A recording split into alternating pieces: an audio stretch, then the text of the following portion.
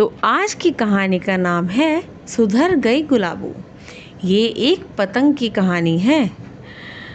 तो एक बार की बात है, एक लाल रंग की पतंग ऊंचे उड़ते हुए बोली, हुर्रे, मैं आसमान में तुम सबसे ऊपर हूँ। काली पतंग ने उसे समझाया, अरे इतना ऊपर मत जाओ, वहाँ काफ़ी तेज हवा है, तुम धागे से अलग होकर गिर जाओगी या फिर फट जाओगी। लाल पतंग बोली, तुझे तो मुझसे जलन होगी ही, क्योंकि मैं ऊंचा जो उड़ रही हूँ। अब ये मान लो मैं पतंगों की रानी हूँ और मैंने खुद का नाम गुलाबो रानी रखा है। काली पतंग को उसका घमंड बिल्कुल भी अच्छा नहीं लगा। काली पतंग ने उसे फिर से समझाने की कोशिश की, देखो बेवकूफ़ी मत करो, मैं सिर्फ ये चाहती हूँ कि तुम सुरक्षित रहो। तुम कुछ ज़्यादा ही बढ़ चढ़ कर बात कर रही हो, रुको मैं तुझे अभी सबक सिखाती हूँ।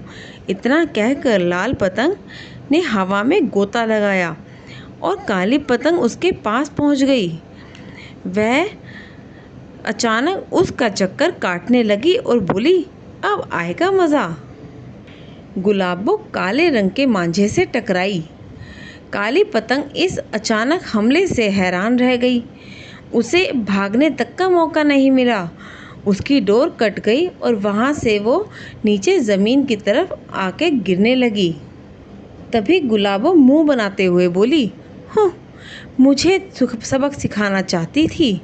मैं आसमान की रानी हूँ, मुझे भला दूसरों की बात सुनने की क्या ही ज़रूरत है।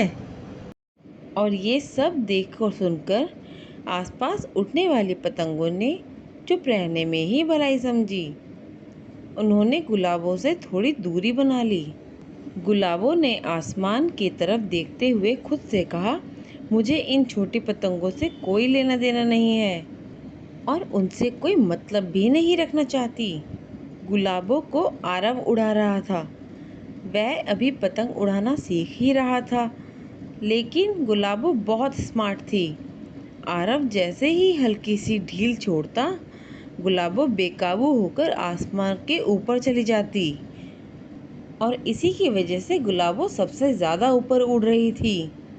गुलाबो ने सोचा, कितना सुंदर नज़ारा है। आसमान में काफ़ी ऊपर उड़ते हुए उसे ये नहीं पता चला कि वो एक बड़े से खतरे की तरफ बढ़ रही है। बाकी पतंगे एक दूसरे से बातें कर रही थी, अरे वो देखो, वो बादल हमारी ओर आ रहे हैं, तूफान आने वाला है। उन पतंगों को उड़ाने वाले खतरे को भांपकर तुरंत अपनी अपनी पतंगे नीचे उतारने लगे। आरव भी आसमान में अंधेरा देखकर घबरा गया और गुलाबों को नीचे की तरफ उतारने के लिए डोर खींचने लगा, लेकिन गुलाबो तो हवा में और ऊपर उड़ना चाहती थी।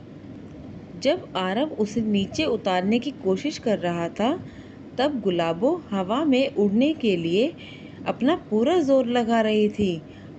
फिर क्या था, आरव थक गया। उसने डोरी खींचनी बंद ही कर दी। अचानक तेज हवा चलने लगी। गुलाबो संभलने में दिक्कत करने लगी। अब वो हवा में पत्ते की तरह फड़फड़ाने लगी। जब गुलाबो ने पीछे मुड़कर देखा तो वह हैरान रह गई। देखा तो क्या देखा, पूरा आकाश काले बादलों से घिरा हुआ था। गुलाबो चिल्लाई, आरव कहाँ हो, क्या देख रहे हो, मुझे नीचे उतारो जल्दी से, मुझे डर लग रहा है। लेकिन सिर्फ वो चिल्ला ही रही थी, उसे आरव कहीं नजर नहीं आ रहा था। अचानक आंधी आई और गुलाबो हवा के साथ इधर उधर गिरने लगी।